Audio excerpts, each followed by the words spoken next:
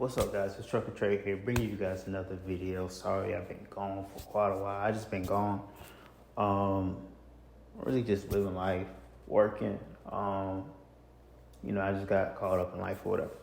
But I'm finally back posting here on YouTube. Sorry about that. While I was washing some clothes, I just paused it. But I pretty much just ran out of things to post for a little bit. I didn't really know what to post. I just been working, living life, like I said. But since coming out here in Houston, I have had many different experiences. Now, I currently work at the port. It does, for me, it's quite well. It pays quite well. But there are some things that, could apply not just to me, but people that whenever they leave the mega carriers or whatever, and they go for a smaller company, just some things to watch out for. I had two bad experiences so far. I've only worked with two companies. I was working under these guys whenever I still had my own authority. I was just under their authority for the time being, just so I can get in and out of the port. I currently have somebody else that I'm working with, but we're working directly with Merce, so it's a lot better. And sorry if it's an echo. Like I said, I got into a new place. There's not much furniture yet.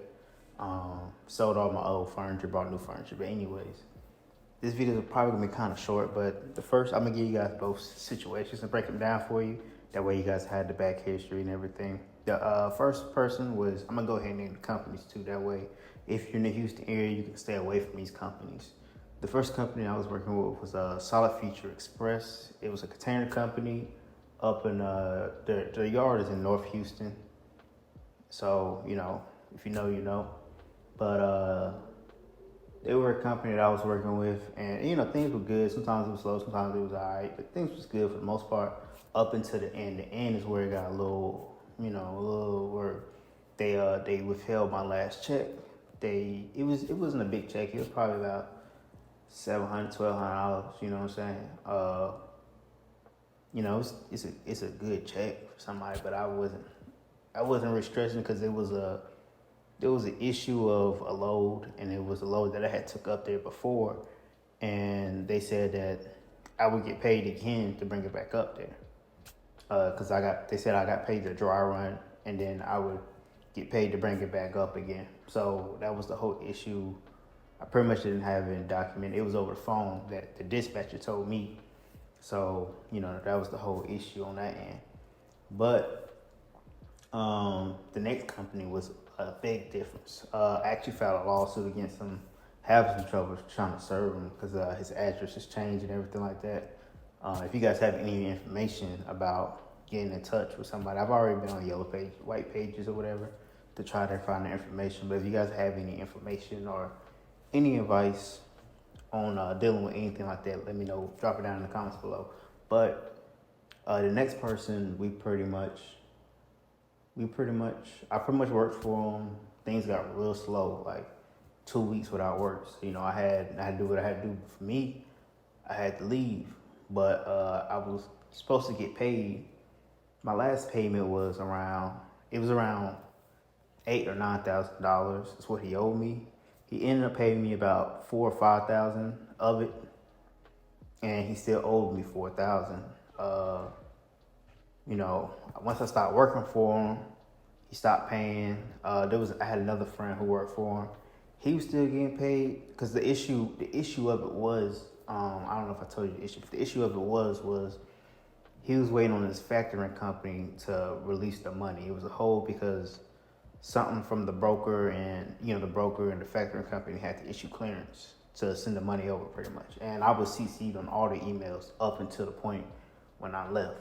I tried to hold on for as long as I could, which I probably could have held on a little longer, but because it ain't like he had no more work coming for the next week.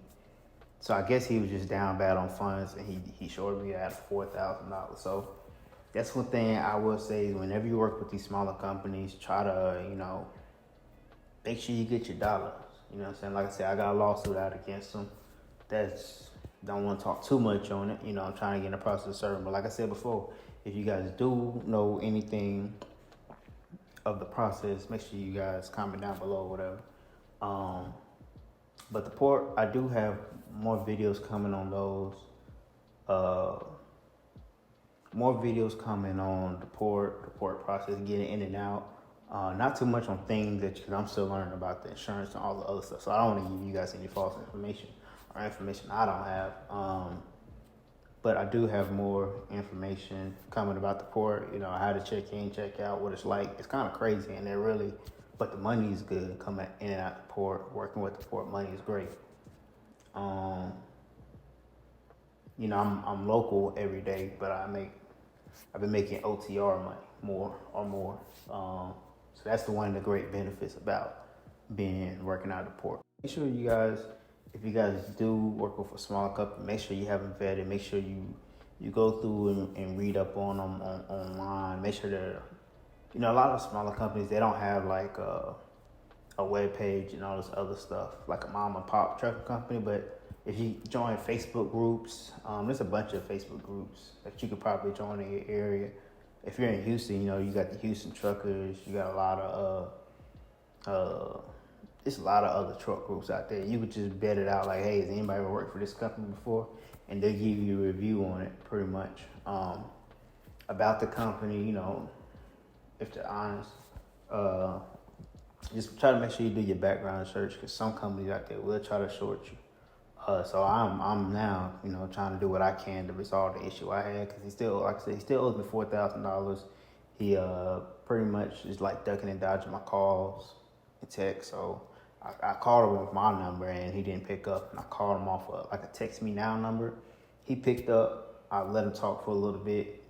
And then I said, yo, what's up, man? And he hung up instantly. So boom, you know, I'm already knowing what's going on. He don't have intentions of paying me.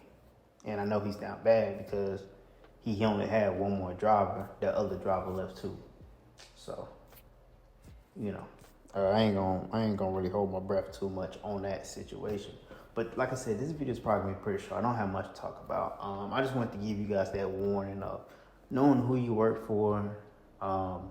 Make sure you do that research, and you know, stay informed or whatever. But hope you guys did enjoy this video. Make sure you guys like, comment, subscribe, and I'm gonna try to post more videos. I got some port footage that I got to chop up and re-edit some of the portions of it. But I'm gonna go ahead and try to chop that up and post it up again sometime next week when I getting back in the port. I am going on a cruise next week too, so I'm gonna try to get it chopped up Monday. I'm gonna try to get it filmed Monday and everything, edited Tuesday and uploaded. That way when I'm over on a cruise, it's up and ready. And I'm gonna try to post a few times, once a week at the minimum. You know, cruise is I forgot how long the cruise is, so I might miss an upload. But you know, I'm not too sure how much more I can post on here as far as information. I have given a lot of people free game outside of here. One video I do want to do is show you guys how to be successful at Prime Inc. or other, not just Prime, but that's just the company I worked for back when I did work for somebody. And I've had 3 or 4 guys I put under there, and they went on. One homeboy, you know, he's making 4 or 5. He's making like 4 or 5,000 a week, you know, over at Prime, you know. But I do want to give a little free game of how to be successful, the route that I took to go there, because I went there and instantly hit 6 figures. Don't want to give out an actual figure number, but did do quite well. You know what I'm saying? Almost hit 2 something. But my air's finna come on. So I'm gonna go ahead and end this video, and I'll catch you guys in the next one.